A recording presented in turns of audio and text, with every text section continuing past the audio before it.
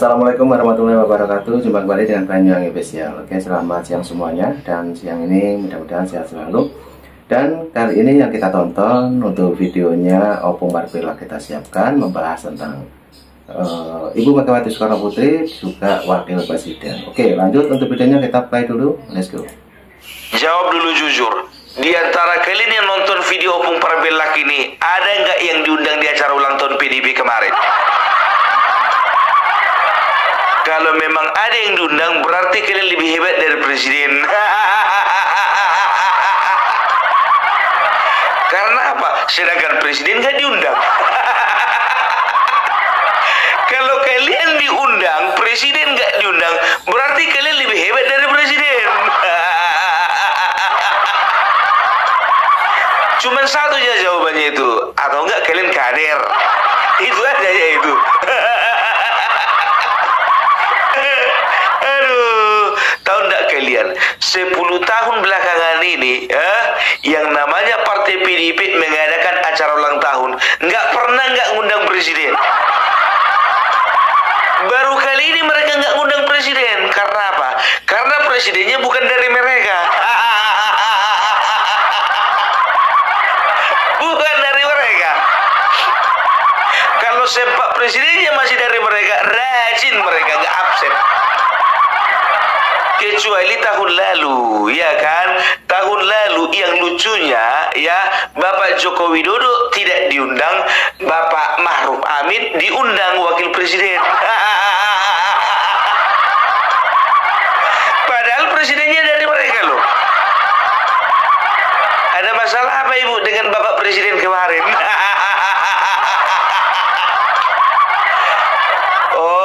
Udah lebih pentingnya wakil presiden daripada presiden. Maunya kalau kayak gitu Bu, ulang tahun yang sekarang juga maunya Ibu undang juga dong wakil presiden.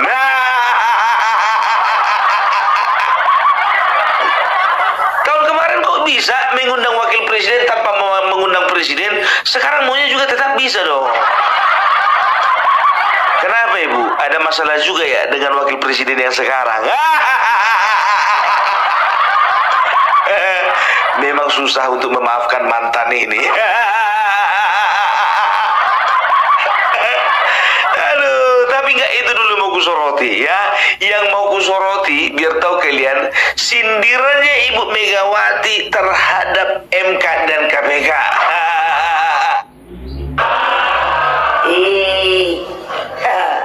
Ala gila dah. Lah iya bener tau, tata pemerintahan deh, aku kan bingung. Coba ya, maaf lagi beribu Pak, engkau suwi-suwi aku banyak banget kantong maaf MK saya yang bikin. Coba, wah perlu ini MK, saya nyari gedungnya sendiri presiden nih. Ikut di situ tuh nanti aku jalan apa? Mekah, waktu itu Pak Jimli yang aku jadi. Sekarang lah dijadi mainan. Lah iyalah, itu kan konstitusi. Belum lagi apa coba?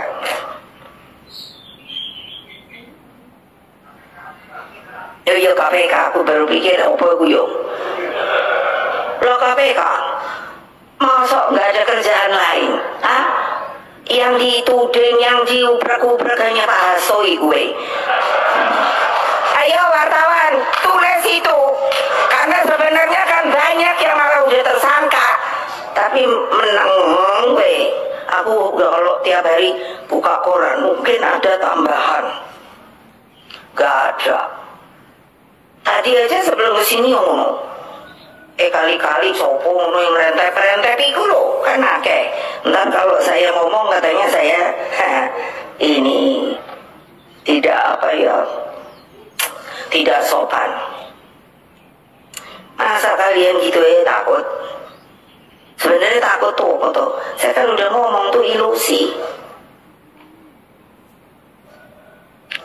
Hal ini saya tegaskan mengingat saat ini sepertinya kita menjadi bangsa yang mengambang, yaitu mudah terombang-ambing. Dia katakan apa?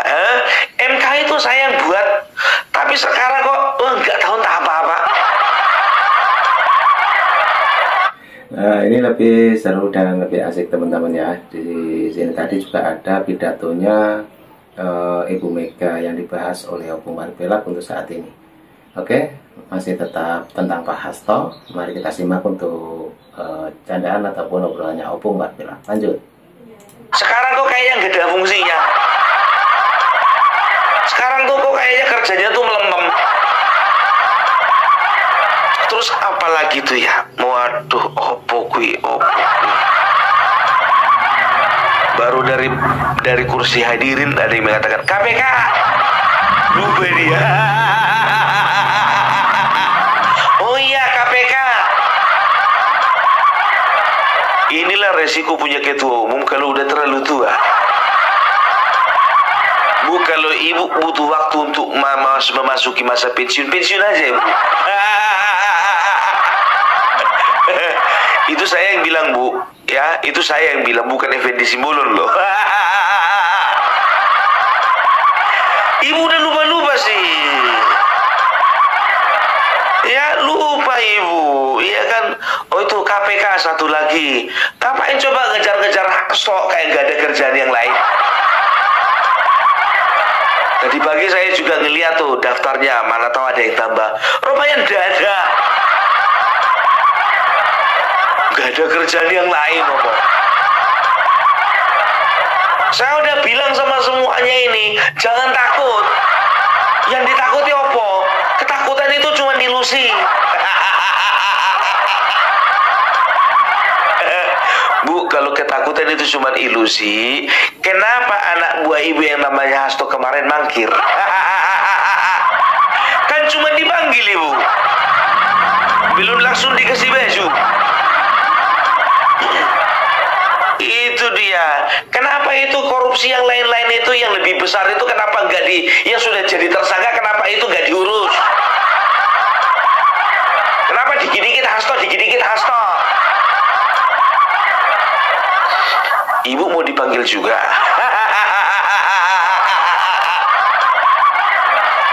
Sekarang begini ibu, ya, jangan ibu memframing masyarakat ini, ya, memframing kepada masyarakat bahwasanya kasusnya Hasto itu cuma masalah uang 2,5 miliar. Ya, bukan masalah uang suap yang diberikan Hasto kepada KPU itu yang jadi masalah, bukan. Tapi kasus di belakang si Hasto. Ya, kasus di belakang si Hasto. Ini Bu, biar tahu ibu ya. Ini ya kan, ini kan mengenai masalah Harun Masiku. Nah, ini aku bukannya masalah percaya atau nggak percaya, ya kan? Kadang-kadang juga di dalam sebuah pemberitaan yang diliput oleh media, ya, apalagi itu berbicara tentang dosa-dosa masa lalu, ya, itu bisa saja ada benarnya, ya. Untuk saat ini kukutip dulu dari majalah Tempe. Jadi majalah Tempe ini mengatakan bahwasanya keterkaitan antara hubungannya Hasto dengan Harun Masiku itu ada keterkaitannya antara kasus-kasus yang sedang ditangani masalah BLBI dengan partai ibu. Oh, banyak yang nggak tahu ini ya kan? Nggak tahu kan? Makanya kalian itu cuma Hasto Masiku. Ya, jadi begini ya. Jadi tahun 2002 ya, tahun 2002 itu ada kasus BLBI. BLBI itu adalah bantuan bantuan likuiditas Bank Indonesia. Artinya apa? Ya, Bank Indonesia menyalurkan dana sekitar 147, sekian triliun ya untuk membantu bank-bank yang bermasalah ya oleh karena efek dari krisis moneter tahun 1998 ya. Ingat itu ya, BLBI dikeluarkannya 2002 ya. Masalah-masalah bank itu kan banyak kemarin itu yang tidak bisa memenuhi kewajibannya ya, diberikanlah bantuan ya, bantuan likuiditas Bank Indonesia sebanyak 147, sekian miliar. Nah, ternyata ya 138 triliun itu diselewengkan oleh beberapa bank, ya, diselewengkan oleh beberapa oknum. Bagaimana cara menyelewengkannya? Ternyata jadi begini, ketika sebuah bank itu menerima bantuan likuiditas dari Bank Indonesia, maka itu tidak bisa dikatakan bantuan cuma-cuma. Mereka harus memenuhi kewajibannya untuk mengembalikan kepada Bank Indonesia, kan begitu. Nah, ya, ketika mereka sudah memberikan atau melunasi, maka diterbitkanlah SKL atau surat keterangan lunas, kan begitu, ya. Ternyata menurut Inpres Instruksi Presiden tahun 2002, ya, diterbitkanlah SKL atau surat keterangan lunas kepada bank-bank yang kala itu belum memenuhi kewajibannya untuk membayarkan bantuan likuiditas tersebut. Nah, ya, padahal ya jadi negara rugi dong, 138 triliun. Bayangkan kalian, 138 triliun. Jadi ini Ibu, ini bukan cuma masalah 2,5 M, ya, yang bergulir di masalahnya si Hasto dan Harun Masiku, tapi ini ada kaitannya dengan uang 138 triliun itu, masalah BLBI. Loh, apa hubungannya dengan Harun Masiku? Ya, ternyata menurut Tempe, sekali lagi, walaupun mereka itu menyerang pemerintahan, tapi bukan cuma Opung Parbelak, tapi banyak juga ya para pengamat politik. Pengamat politik juga menjadikan ini referensi, ya, karena waktu itu majalah Tempe nggak separah sekarang. Ya, majalah Tempe mengatakan bahwasanya, ya, Harun Masiku punya kedekatan dengan, ya, MA, ya, bahwasanya masalah BLBI di SP3 kan. Surat pemberhentian, ya, surat pemberhentian penyelidikan, ya. Nah, ini berarti ada sesuatu. Berarti kala itu berarti ada apa ya? Otomatis dong ada kong kali kong. 2002 siapa presidennya? Ya itu dia. Tapi ya memang bukan di tahun 2002 juga sih sebetulnya, emang SP3 kan gitu loh. Kalau nggak salah meng-SP3 kan itu di tahun 2017.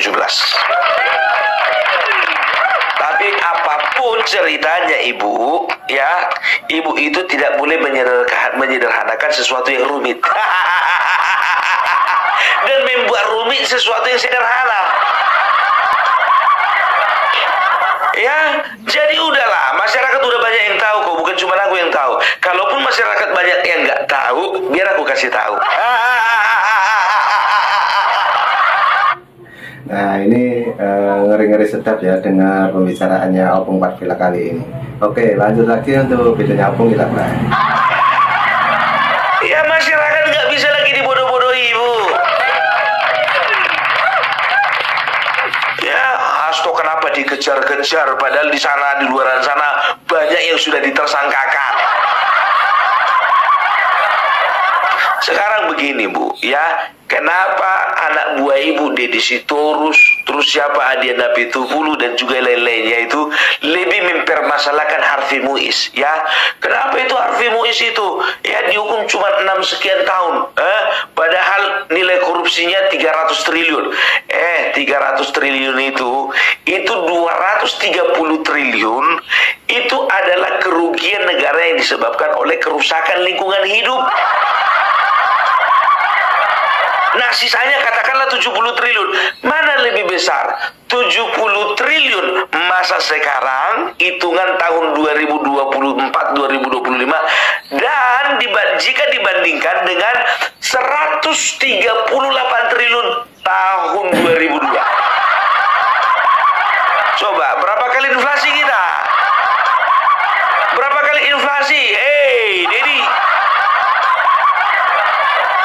Jadi jangan kalian itu apa namanya ya, terlalu gampang kalian itu kenapa membandingkan ini dengan itu. Yang itu dosanya lebih besar, yang ini dosanya lebih kecil. Sama-sama berdosa. Yang sana dosanya lebih besar, tapi sendirian. Di sini dosanya kecil, tapi banyak.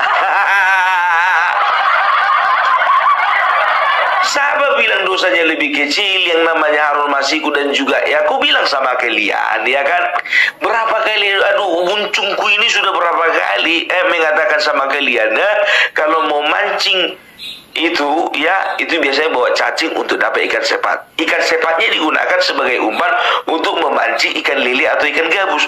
Nah ikan gabus atau ikan lele itu dipakai juga menjadi umpan hidup untuk memancing ikan toman. Ku bilang Harun Masiku itu cuma ikan sepat itu. Hasto ini masih ikan gabus. Sebentar lagi akan dapat ikan toman. Itu Bu, makanya.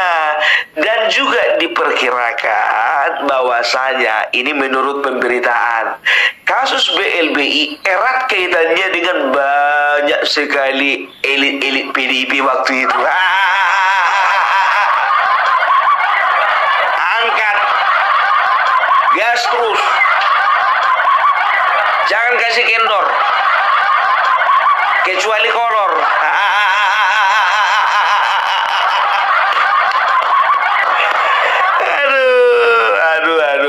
Jadi sudah paham kita ya, kenapa yang namanya Harun Masiku dan juga Hasto ya itu saat ini sedang dikejar-kejar ya. Ya kalau sebetulnya sekarang begini, aku bilang sama kalian ya, aku agak mikir juga ini Harun Masiku ini di mana sekarang. Itu yang pertama. Baru yang kedua, ya Harun Masiku itu masih hidup atau udah enggak lagi.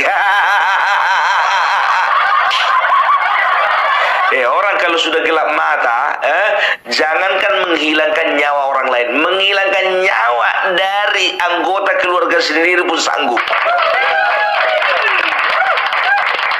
Itulah orang kalau udah gelap mata, kan begitu ya.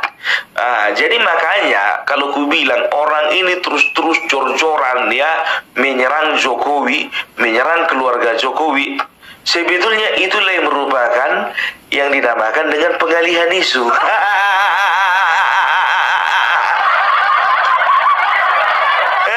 Bukan kayak yang dibilang si Guntur Romli, penggeledahan KPK itu hanya pengalihan isu. Isu dari Jokowi ditetapkan OCCRP sebagai presiden terkorup. Kagak nyambung, gak jaka sembung bawa golok, gak nyambung blok. Ya, itu dia. Ya enggak, itu kerjaan kalian. Yang enggak ada nyambungnya kalian sambung-sambungkan. Oke, ini sangat lucu sekali dari penghujung videonya. Jadi Opung Parpelak masih ada candaan-candaan mengenai Pak Jokowi, juga mengenai Guntur. Yang kemarin Guntur sendiri juga mengumumkan tentang penggeledahan di rumahnya Pak Hasto. Oke, lanjut lagi Opung Parpelak. Yang ada sangkut pautnya kalian coba putus-putus.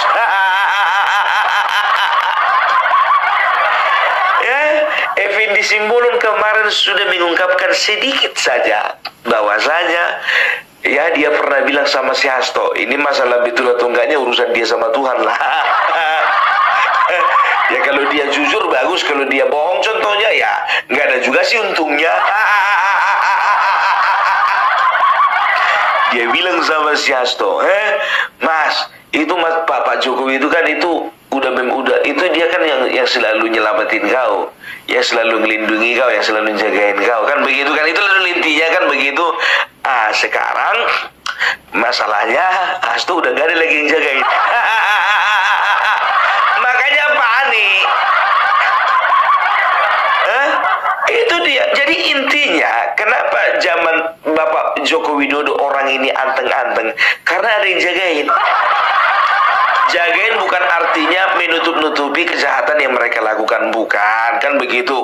Ya, gimana pun juga namanya politik, dijagalah perasaan ketua umum, kan begitu?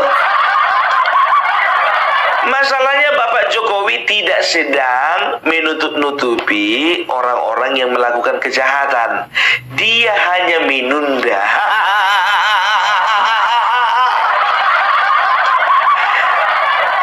Hanya menunda, tapi dia catat. Ditunda tapi dicatat supaya apa? Supaya ini menjadi PR bagi presiden berikutnya. Kan begitu? Itu dia makanya. Ya sama kayak si Hasto, katanya dia mencatat juga ya. Dia ngerekam juga ya. Punya video juga. Punya juga apa namanya rekaman audio ya. Mana coba? Mana? Mana? Nandi? Ngomong aja. Cangkemmu iku ra iso dijogo. Nek kalau sampean iki jujur, ya wes terbuka kepada KPK atau kepada ketua DPR ngono lho. Ini ndak sampean simpen itu jauh-jauh itu ke apa namanya itu ke Rusia. Apa hubungannya Rusia karo kasusnya sampean? Di sini ae. Sing duit masalah itu kowe. Napa digowo-gowo itu jauh sampai ke Rusia ngono lho. Wasem.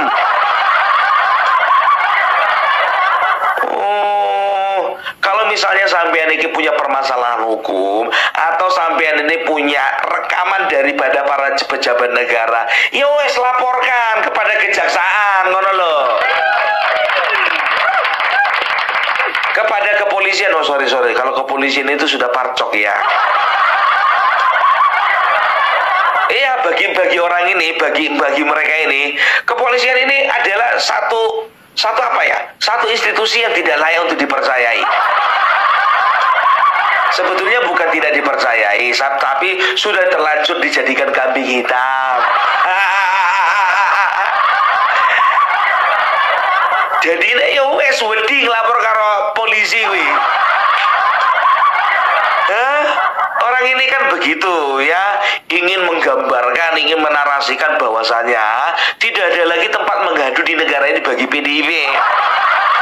Karena apa? Karena kepolisian, kejaksaan, MK, MA semuanya sudah diatur oleh penguasa. Jahat kamu Hasto, jahat. Jahat. Aku ora ngerti karo sampeyan iki. Toh ganjel toh. Semangat toh. Yo sekarang udah hari Minggu ya. Udah hari Minggu. Sekarang sudah hari Sabtu. 10 kemarin 11 12 13 toh hari Senin toh. Sudah siap-siap.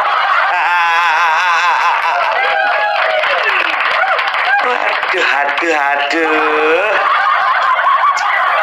Ya wes, ya begitu saja dulu dari Opung Barbelak. Terima kasih sudah menyimak. Mudah-mudahan apa yang disampaikan Opung Barbelak ini boleh menjadi satu pencerahan dan juga boleh menjadi satu materi untuk menangkal hoax di luaran sana yang ditebarkan oleh mereka. Dan ingat, Opung Barbelak tidak pernah dibayar siapapun. Opung Barbelak tidak pernah terafiliasi dengan partai apapun. Opung Barbelak hanya menjadi penyambung lidah dari media-media yang ada di Indonesia ini, tapi media yang benar, enggak kayak tempe. Gitu loh ya, tapi nggak semuanya juga sih informasi yang dimiliki tempe itu salah. Ya soalnya kayak si Burhanuddin Muhtadi ya, setelah itu ada beberapa pengamat politik lainnya juga hanya mengambil sebagai referensi saja, tidak mempercayai seluruhnya. Itu ya. Jadi sama orang nonton Opung Barbelak gitu ya, ngambil yang sesuka hatinya saja, yang menurut mereka benar saja. Tapi kalau misalnya menurut mereka tidak benar ya wes, tidak usah diambil. Paham?